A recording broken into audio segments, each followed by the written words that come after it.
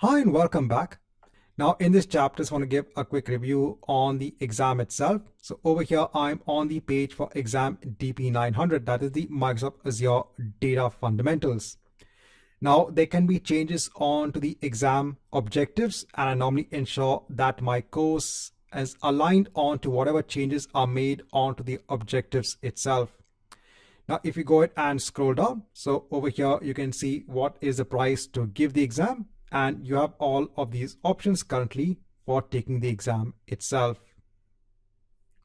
If you go ahead and actually scroll down, so over here, you can see all of the skills that are being measured as part of the exam. You can go ahead and then download the exam skills outline. Over here, you will see the detailed outline on all the skills that are being measured.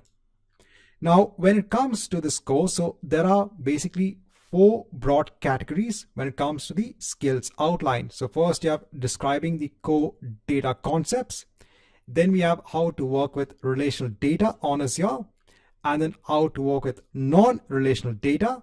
And then finally, we come on to analytics workload on Azure. Now, when it comes to the sections in my course, so I have sections for the analytics workload on Azure. I have it for working with non-relational data and working with relational data itself. Now, I don't have a separate section on core data concepts, and that's because I actually go ahead and explain all of these concepts wherever they are applicable in the other sections, because all of these sections are related in some way or the other. So actually, instead of having a separate section altogether on core data concepts, I ensure that I cover these aspects in the other sections accordingly. So for example, when it comes to understanding ELT and ETL, that's extract, load and transform, or extract, transform and load, I make sure that I cover that in the section of an analytics workload on Azure.